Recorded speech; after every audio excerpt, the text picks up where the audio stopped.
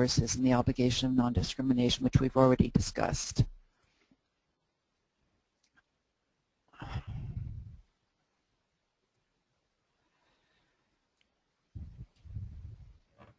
The government's budget definitely is an indicator of progressive realization when assessing progressive realization, but governments also need to use other indicators, ones that more directly reflect the actual realization of rights. That's so because budgets can increase and still not translate into a fuller enjoyment of rights. So just a quick review of progressive realization. Progressive realization is a realistic obligation, but it's also demanding. It means that governments must continuously improve conditions that are fundamental to the realization of economic, social, and cultural rights, avoid retrogression, and they must implement protective measures during times of crisis. So looking at each of these in turn and specifically what they mean for the budget, progressive realization is a realistic obligation but also demanding. It's realistic in that it takes time and resources to realize economic and social rights.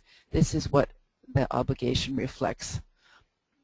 But it is also demanding in that governments need to demonstrate that they are using the maximum of available resources to progressively realize ESG rights. It's not just enough to take little steps forward, but to show that they are using the maximum available resources to do so.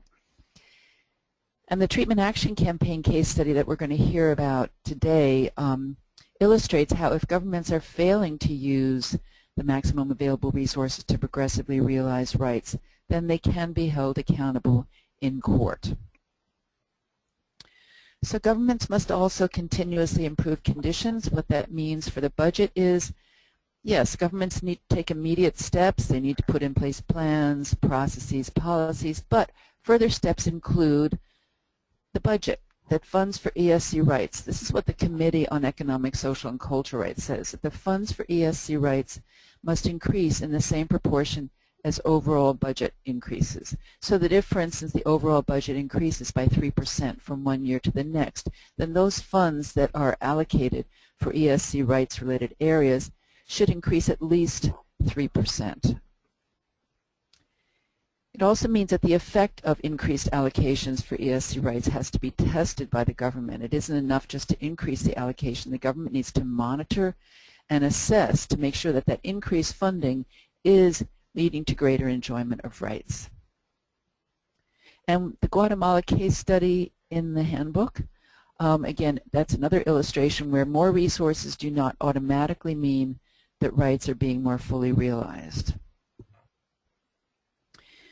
The obligation also means that governments must avoid retrogression, and retrogression, just a quick review of the definition, that government actions must not diminish people's enjoyment of rights. It mustn't take steps backwards. They've been moving forward. They mustn't take steps backwards. So that if funds for economic, social, and cultural rights are cut, if a government says it needs to cut them, then they must demonstrate that less money is being used more efficiently, that's why they can cut it, or that the needs have diminished, so that there's need for less funds, or that they may have cut the funds in one place, but compensatory measures have been put in place somewhere else so that people's rights are not affected by the budget cuts. The Brazilian case study in the handbook talks about a tax reform effort in Brazil that would have cut revenue coming in that was targeted to economic and social rights areas, and had that effort been successful, the result would have been retrogressive because there would have been considerably less funding available for ESG rights. And then finally, governments must implement protective measures in times of crisis. In general, that means in times of crisis that vulnerable members of society must be protected and minimum standards must be maintained. What that means for the budget is that if in times of crisis budgets have to be cut, governments have to demonstrate that they've done everything possible to avoid those cuts, and they've used the maximum available resources to avoid the cuts. And when the crisis is over, they've got to reinstate the levels of funding that they previously had as soon as they possibly can. So before I turn this over to Helena, just want to again bring your attention to the handbook. This is the link for the handbook. If you haven't looked at the whole handbook, we certainly encourage you to do so. I think that's it. Helena, over to you. Thank you very much, Anne. One moment.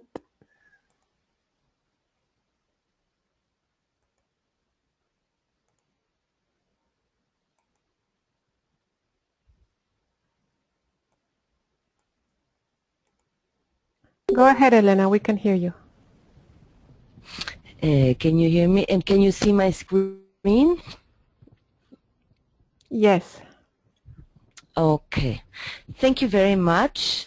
I will be introducing very briefly the case study of TAC that is covered in the handbook, and then I will hand over to Shamela Kasim so that she can add anything to what I just briefly introduced and join us fully for the conversation and the question and answer that will follow after the presentation.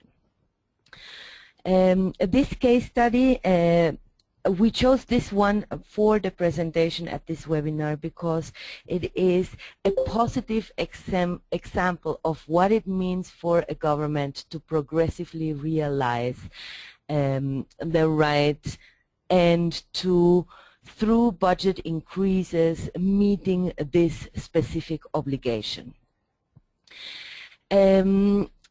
The case focuses on South Africa and on the HIV/AIDS pandemic. And as a brief overview, I just want to mention that in 2003, South Africa had over 5 million of people living with HIV and AIDS. And despite these impressive numbers, the government was refusing to implement a series of prevention and treatment programs for the pandemic. Mostly, the argument that the government was using to refuse was that the funds it had were insufficient to provide prevention and treatment. In the back of everybody's mind was very much the fact that the South African government was denying a link between HIV and AIDS, and was therefore at the forefront of what became to be known as AIDS denialism, but it was using the financial arguments to argue that such actions like treatment and prevention were impossible to realize in the country.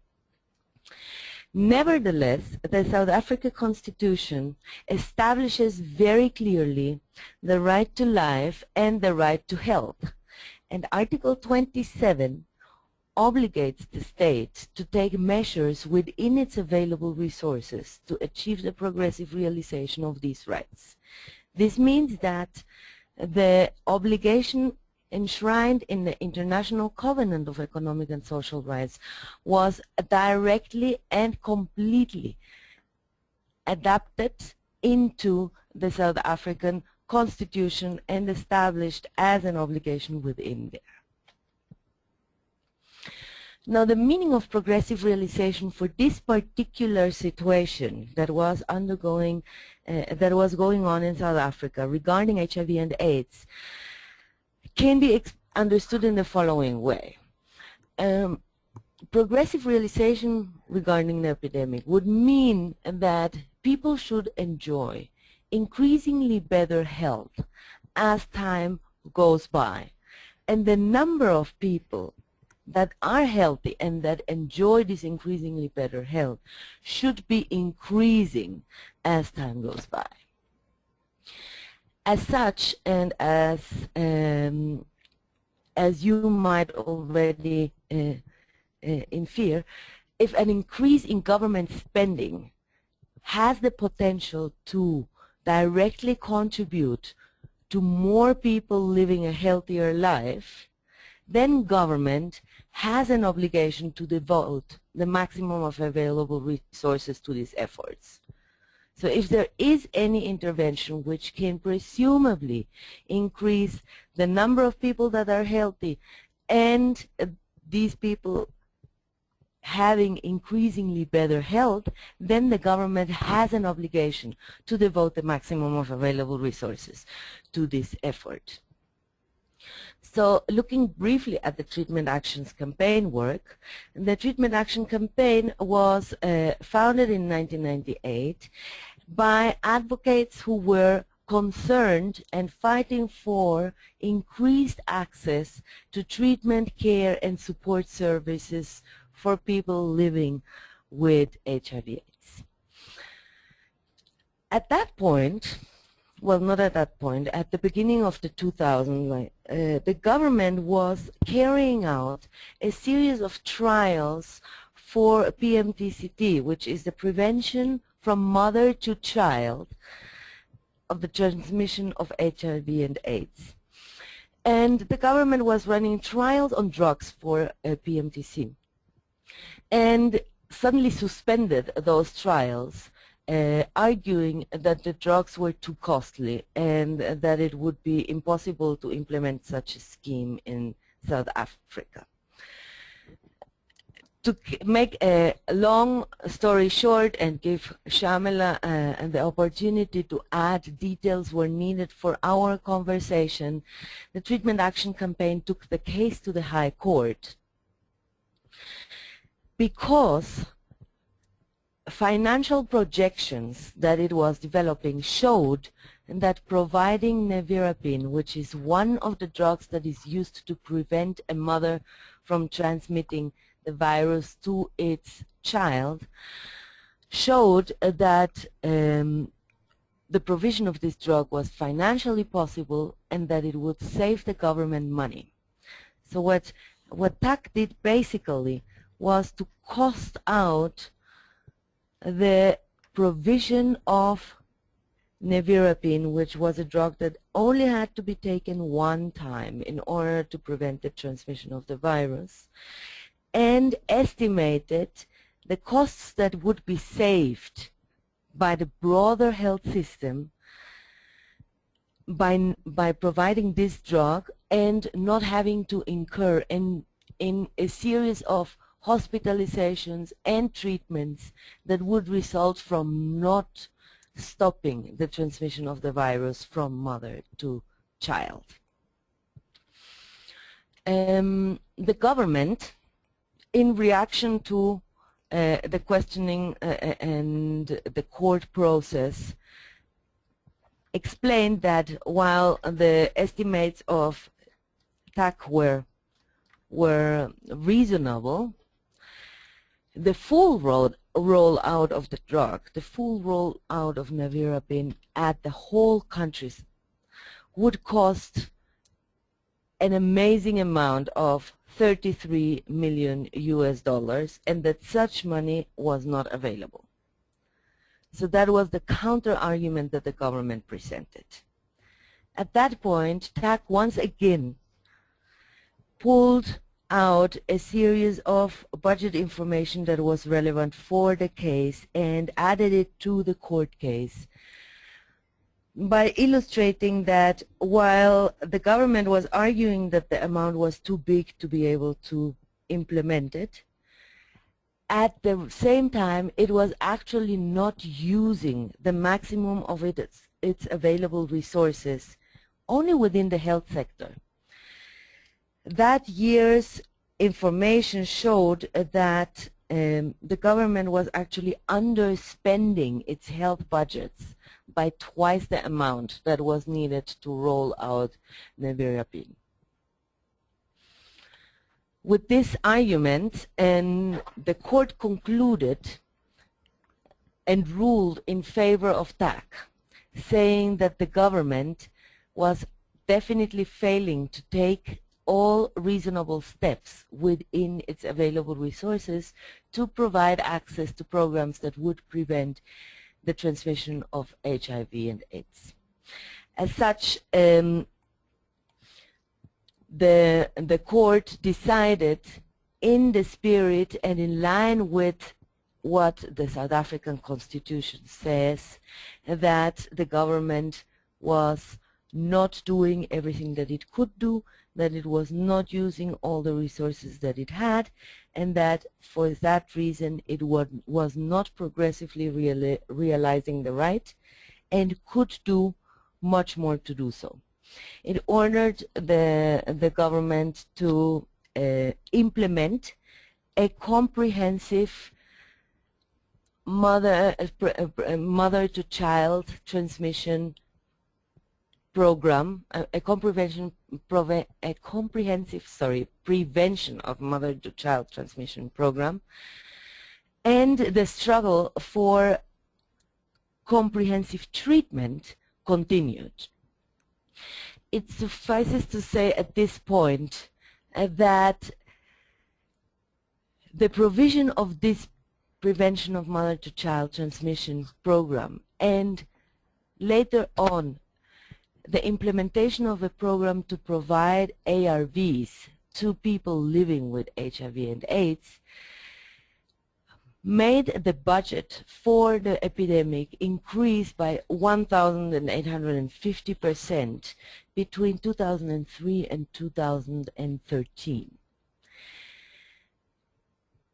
In this case, and related to what Anne was explaining at the beginning, progressive realization directly related to budget increases that were necessary in order to be able to pay for new interventions and new drugs that were previously not considered in the budget.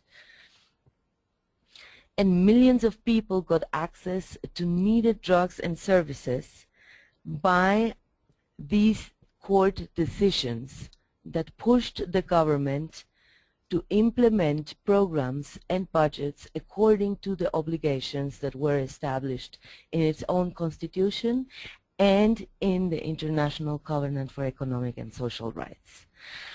I want to hand over now to Shamela Kasim so that Shamela can explain in more detail anything that I left out in this broad overview and allows for an engaging question and answer about this case and about progressive realizations and the way in which that obligation translates to budgets in general. Thank you very much, Elena. Shamala, we can hear you now. Thanks, Rasia. Can you hear me? Yes. Thank you. Thanks, and thanks, Helena, for sharing that presentation and the introduction too. The presentation that you made, Elena, was very comprehensive, and just to add 4 points that could maybe elaborate on the case study itself and particularly on progressive realization and budgets. First, maybe just to share that one of the driving forces behind getting this case to the Constitutional Court was one of the issues that Anne in fact raised was the issue of government not having plans and processes and policies in place to address an epidemic at that time that was growing faster than in any other place, and yet the South African government had no plans or policies in place to address this very important issue. Helena spoke very clearly about the issue of denialism, and this had a direct impact on the fact that there were no plans, processes and policies in place. And in some way, this could also refer to the issue of non-discrimination, because clearly the denialism was led by the President, and it was very much enforced by the Minister of Health, which meant that there was very little that could be done without the approval, particularly the political approval of those two very important executive members.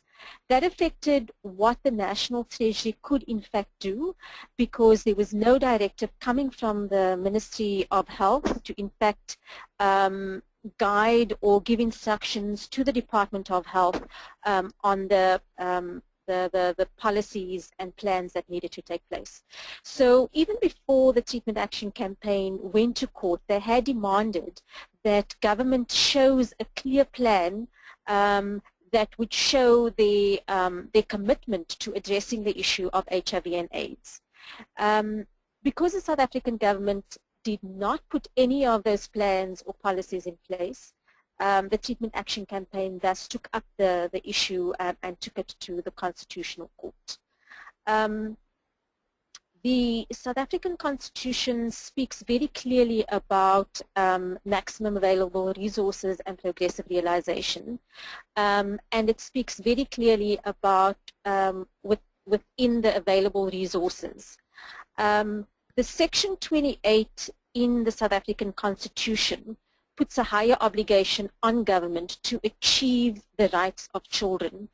And the Treatment Action Campaign thus used that higher obligation to argue for a program on the PMTCT that Elena described to us that government should put in place.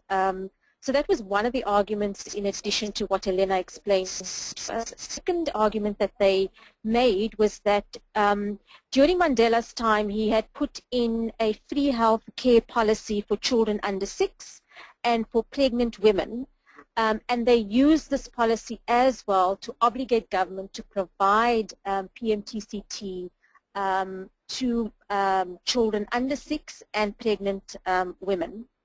So there was this section 27 in our Constitution that very clearly speaks about an obligation of progressive realization within available resources, but Section 28 puts a higher obligation on government for children. And within these arguments, the Treatment Action Campaign, or at least the obligations in the Bill of Rights in South Africa, which is Section 27 and 28 falls under, the Treatment Action Campaign thus took the case to the Constitutional Court. The Treatment Action Campaign won the case because of the fact that they were able to, one, which was much later in the case, show that government did have the available resources, as Elena and Anne explained, but the case very clearly instructed government and gave a very clear deadline as to forcing government to put in place social policy plans, processes, and in fact to show budgeting that clearly shows government's intention to implement these plans and policies. The challenge at that point was that even after the positive outcome of the case was that the Minister of Health and the President was still very reluctant to move on the Constitutional Court case and the judgment from that case. So what that meant was that we had the Treatment Action Campaign had an additional battle to in fact demand that government adheres to the judgment that came out of the Constitutional Court case.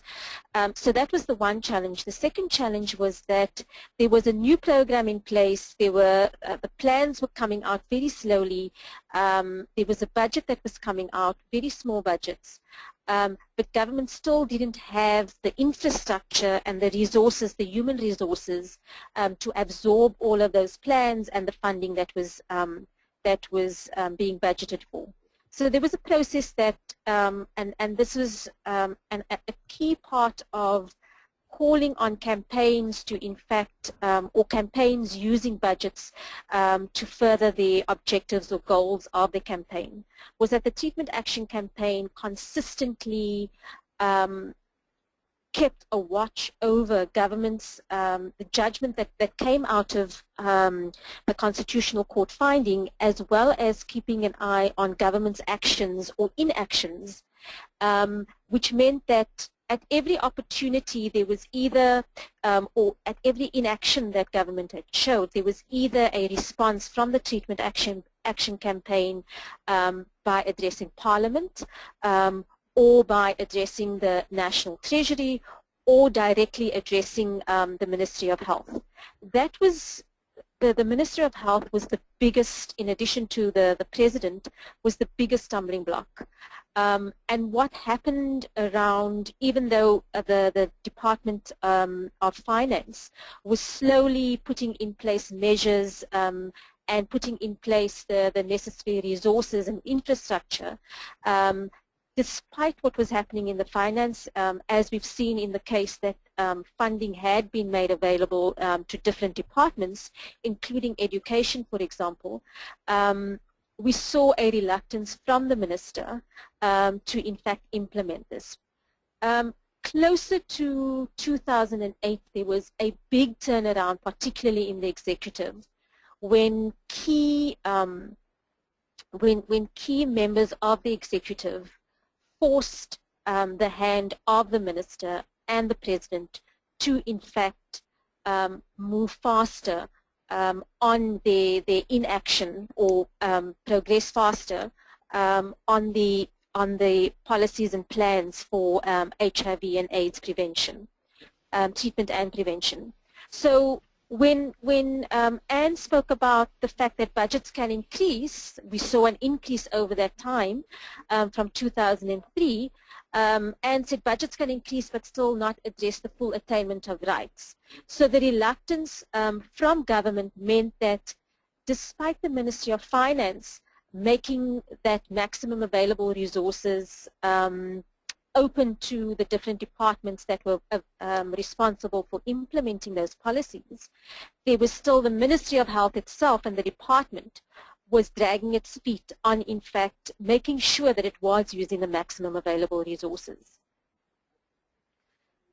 What we saw a really significant turnaround when we had a new minister that was appointed in 2008 and made sure that the infrastructure that was in that was not in place had in fact that measures were put in place to rapidly increase that infrastructure development, increase capacities in different ways, including making sure that drugs are available at the appropriate clinics, and that the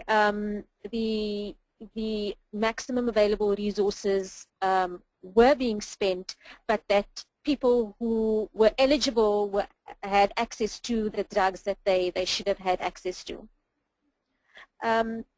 A final point that I want to add is that what we are experiencing now is that in spite of the political will being completely different to what we saw at the beginning, that is the denialism, is that we're seeing poor implementation in terms of, one, procurement, and two, in terms of service delivery, particularly to the centers that need those drugs.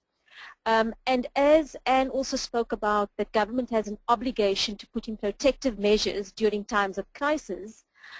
We've seen that there have been retrogressive measures because we've seen clinics that have had either 100% stockouts or very low stock of the most important drugs needed that patients are on for the program that they need to maintain their health. So there haven't necessarily been budget cuts, but what we have seen is that there hasn't been sufficient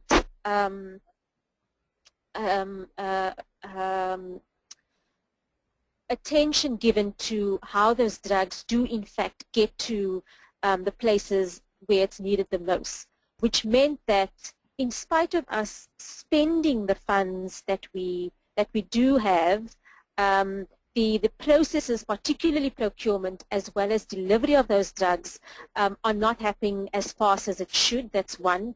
And then secondly, we've had in 3 or 4 provinces in South Africa, there's been what the Ministry of, or the departments in those provinces have called a financial crisis. These departments are blaming it, the stockouts, on the financial crisis, which is in fact untrue, because it is the poor management that has, in fact, the poor management of the procurement as well as service delivery that has led to the low stockouts or complete stockouts of those essential medicines. The other challenge that we are facing now is that in spite of the fact that we do have the budget to procure these life-saving medicines, we are being confronted with the increases in medicines, these essential medicines.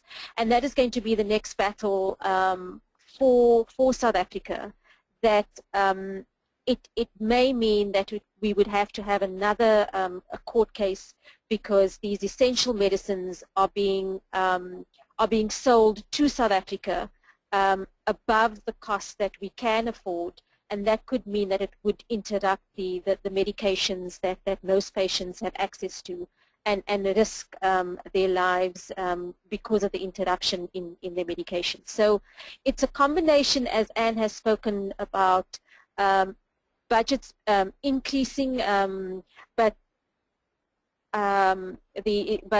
still not being able to attain the full rights, and then also the issue of, is government in fact putting protective measures during times of crisis, which we've seen that there's been a very poor performance on government's part in being able to negotiate better with the pharmaceuticals to ensure that there is, in spite of the high prices of these drugs, that people who need the treatment and access to these drugs will not be able to access it. And secondly, that because of poor management, there is a shortage of drugs at key points where patients are needing to access these drugs. Thank you very much, Shamila. Now we're going to open the floor for questions and answers. You can feel free to raise your hand by clicking on the icon next to your name, and I can pass on the microphone to you, or you can use the chat box at the bottom right corner on your screen and type any comments or questions. Anna Schnell says, I would be very interested to hear Shamila's thoughts on progressive realization in relation to what has happened with the social security system in South Africa in the past decade. My special interest is her thoughts in relation to the child support grant. Let's see if there's another question so we can pass them on to our presenters. If not, Shamila, you can go ahead and answer Anna's question. Go ahead. Hi, Anna. Yep. So the child support grant has seen a almost 100% uptake from the time that it was introduced in the late 90s.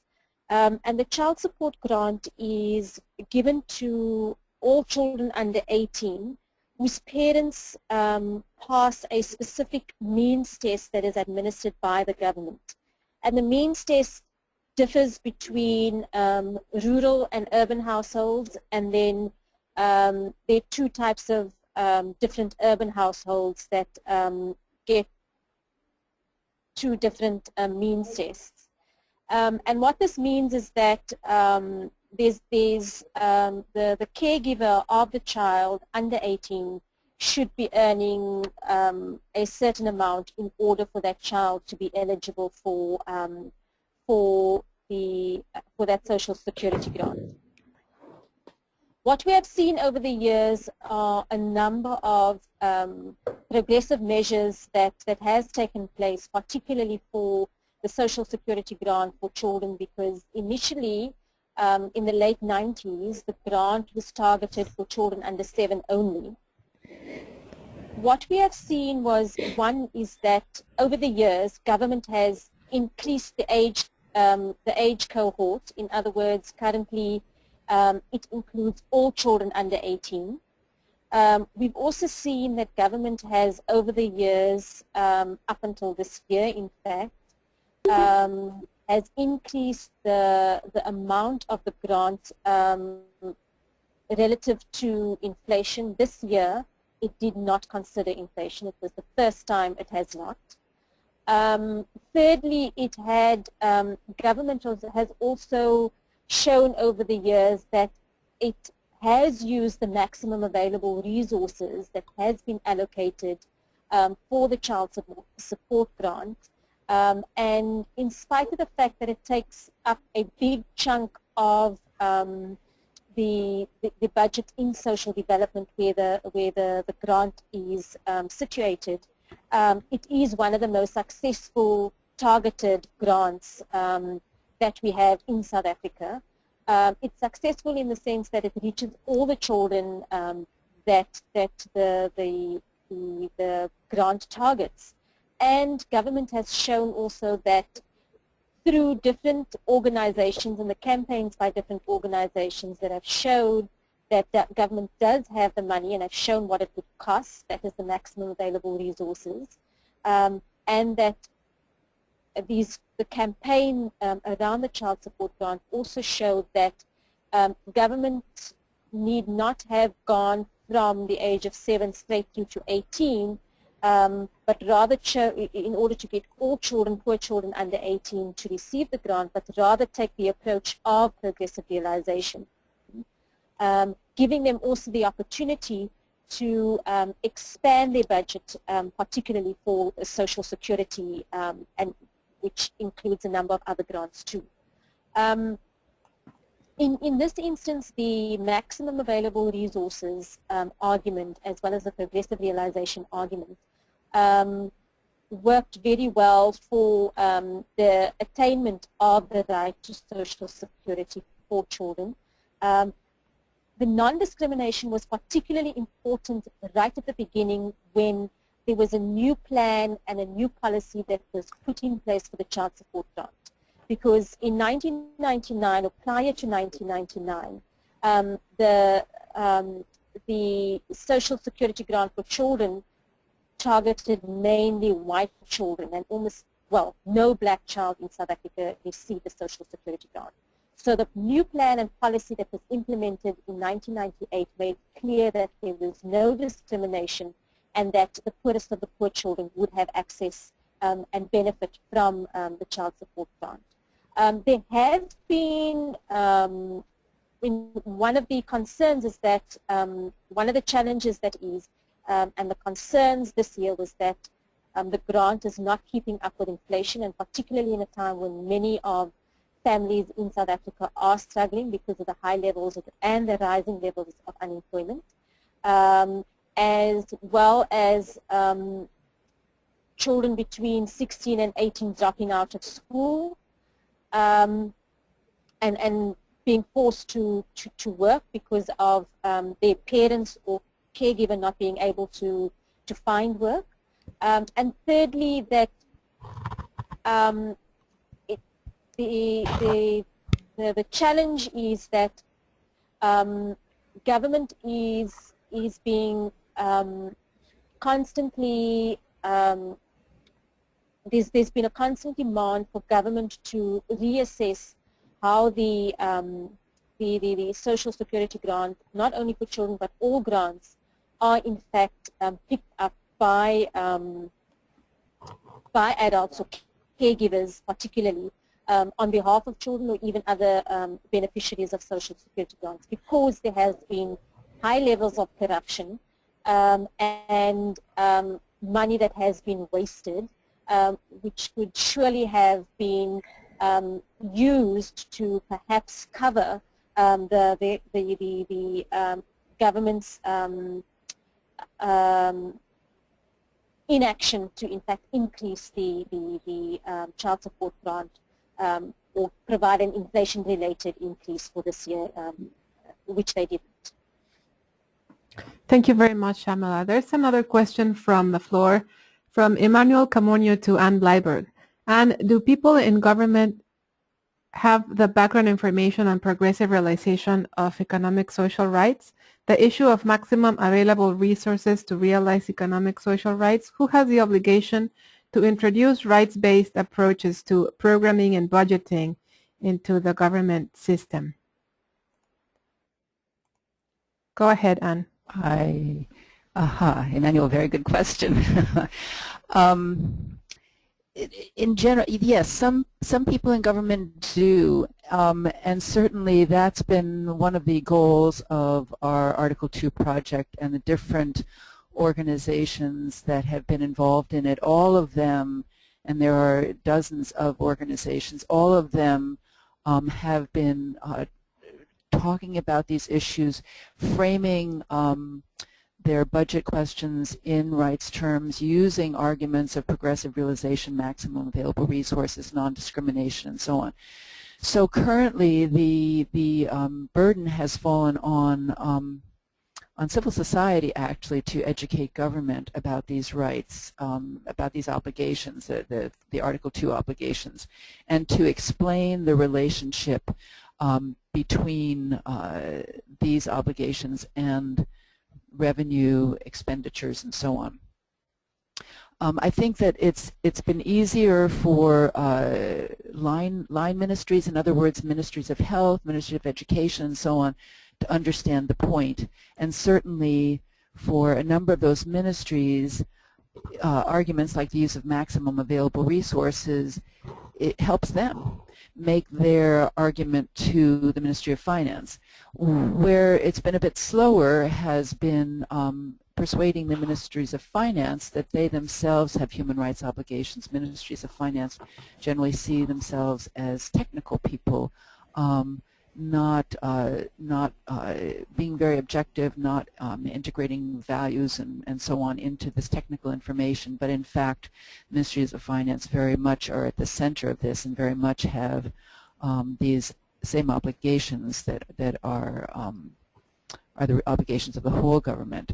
But to that end, the project has also been in lengthy conversations with the Office of the High Commissioners for Human Rights in Geneva, working with them because they would have a more direct impact on governments if they themselves were to talk about these obligations and the meaning for budgets. And in fact, the OHCHR has hosted 2 training sessions for their Geneva-based staff, but also field-based staff, on the implications of Article 2 for government budgets. And then these, particularly the field-based staff, have gone out and have been active in a number of countries in talking with governments,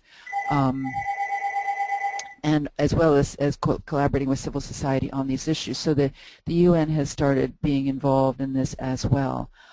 So yes, some people in government do know and do see the obligations as applying to them, but we have a lot more work to do. I don't know if Helena or Shamla want to add to that.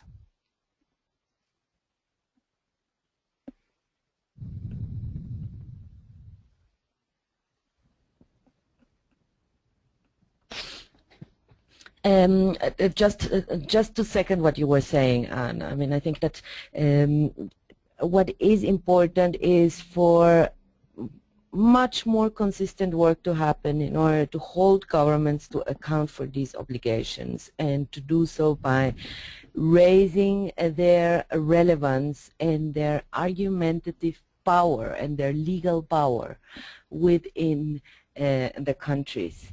Yesterday, a friend of mine was telling me that using budgets to hold governments to account for these obligations is actually a way to closing the gap between the work that has done in order to get governments to recognize these obligations, and that is needed now in order to move forward in terms of implementing them or making them practically relevant for the decisions that are made in the day-to-day by governments about how to use resources. So I think that we have to play a continuous and relentless role in terms of raising the profile and holding governments to account for this. Thank you, Elena. Go ahead, Shamila. Lucio, can I? Sure. And thanks. just to add on to what Helena said. Sorry, Sham.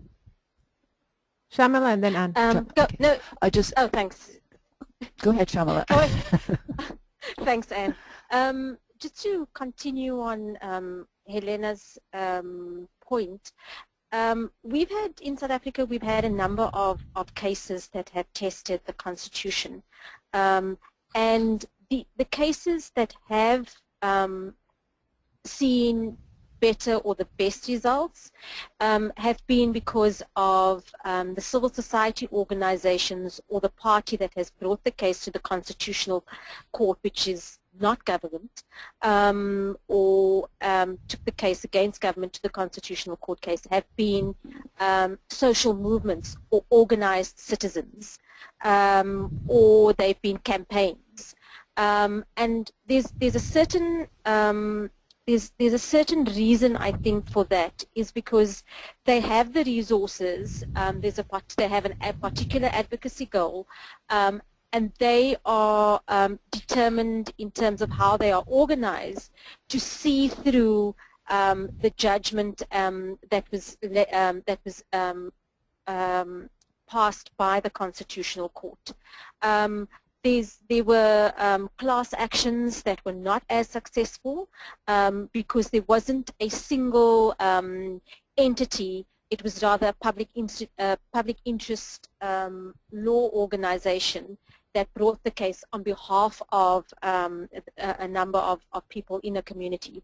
So I think by pushing constantly for government to, in fact, even if it doesn't come to a court case in the way that the TAC first tried to negotiate with government and demand that they do put in place policies and processes, there was that pressure from a number of very strong organizations. And then when the judgment was made in the Constitutional Court, that same campaign or that same social movement they were able to mobilize and continue putting pressure on the government because one of the findings in the Constitutional Court, and most importantly because of its obligations to the Bill of Rights in our Constitution. And sorry. Yeah, just again to stress, I think that the idea of talking about human rights and budgets together, it is still a relatively new idea, and I think this may be sort of intimidating for some civil society people to say, to talk about these obligations with respect to the budget as if, well, this is something that government won't understand what we're talking about. There's very much an educational role going on here. What we have not experienced in the groups that have worked on this have not experienced is pushback from government saying that human rights don't relate to budgets. We get into all sorts of discussions about the budgets and what the budget figures mean and so on, but we have not gotten pushback saying human rights do not relate to budget. In country after country where this issue has been raised, where this argument has been framed and used, that has not been a point of contention. So I certainly would encourage groups that feel like, oh, this is new in our country, and I'm not sure what the government is going to say about this, to go ahead and use the arguments. The governments would have these legal obligations. They would recognize they have these legal obligations. They're just not used to having them raised in many countries in the context of the budget. But as I say, it's been a very strong argument for the groups that have used it, and there hasn't been pushback on the relevance of these human rights law to budgets. Thank you very much, Anne. We have more time for questions and answers. If anybody would like to ask a question, please go ahead and raise your hand, or you can type in your question in the chat box.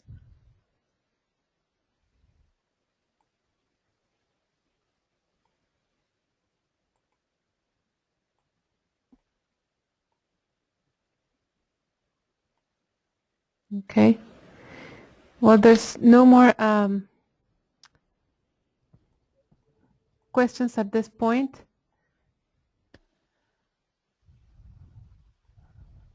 Are there any, wait 1 second, there's question from Marta Sithol. It's a comment. I agree that it is essential for government to know and use a ESCR because in South Africa, on trend that seems to be rising is that of government refusing to acknowledge their failure in ensuring that ESCR are realizing by the people. Examples of these are the City of Cape Town and the Department of Water Affairs all refused to the finding by the South African Rights Commission that by failing to provide adequate and decent sanitation, they were infringing on the right to water, sanitation, and dignity.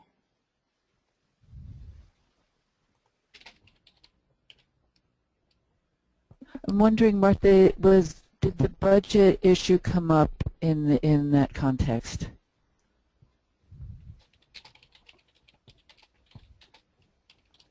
Martha, would you like me to unmute you so you can have a conversation here? Go ahead, Martha. We can hear you.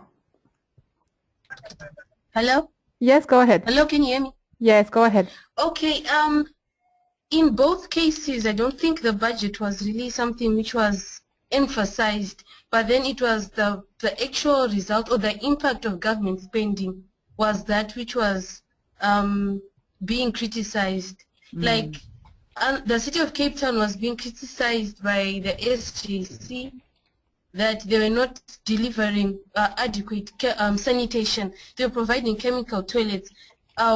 So they provided those chemical toilets through the use of contractors. Now, these contractors didn't fulfill their contractual duties by making sure that the toilets are cleaned every day and were serviced and were in good condition for use by the people.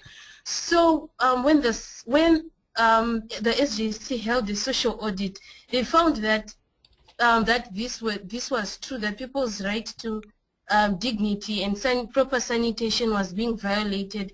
Then they took the case, but the City of Cape Town refused to accept that. They took the case further to the Human Rights Commission.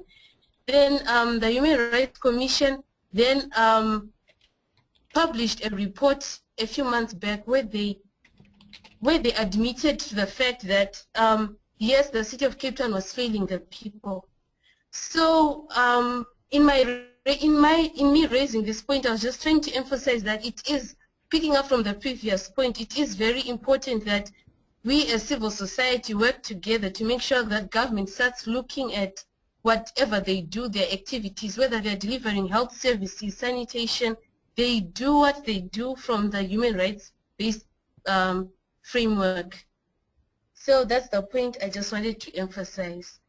So at the end of the day, like in the case of the City of Cape Town, they spend so much money. I think I can link it back to the budget in that they spend so much money for paying contractors who are not actually doing their jobs well, to the extent that people are not progressively realizing decent sanitation over time. So, and then again, in the case of the Minister of Water Affairs, the same findings were found, but they were looking at the country as a whole, where the Human Rights Commission felt that people are not living lives. They're not living lives with dignity because they don't have sufficient water and sanitation. Though in the context of the Human Rights Commission, it wasn't budget related. Thank you, Martha. Anna Schnell has a comment.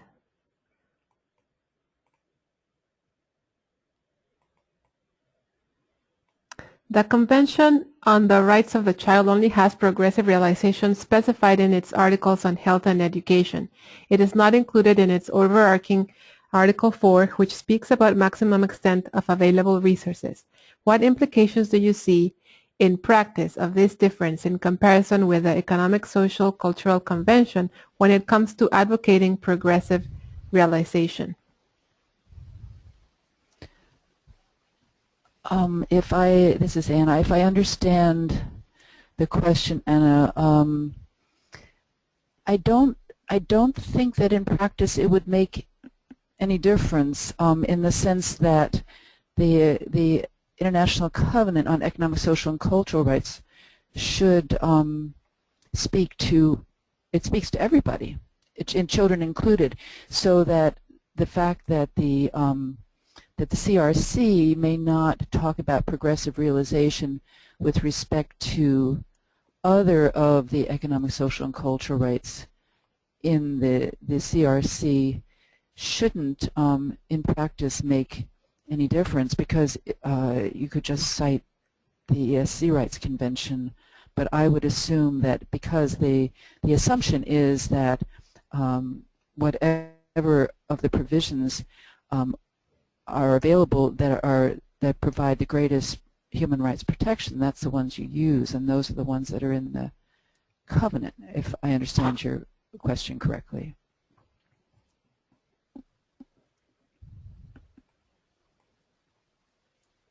Anna, would you like to react to this, or? She just said thank you. Okay, excellent. All right, let's see if there's any hands up. Are there any other comments or questions for our presenters today?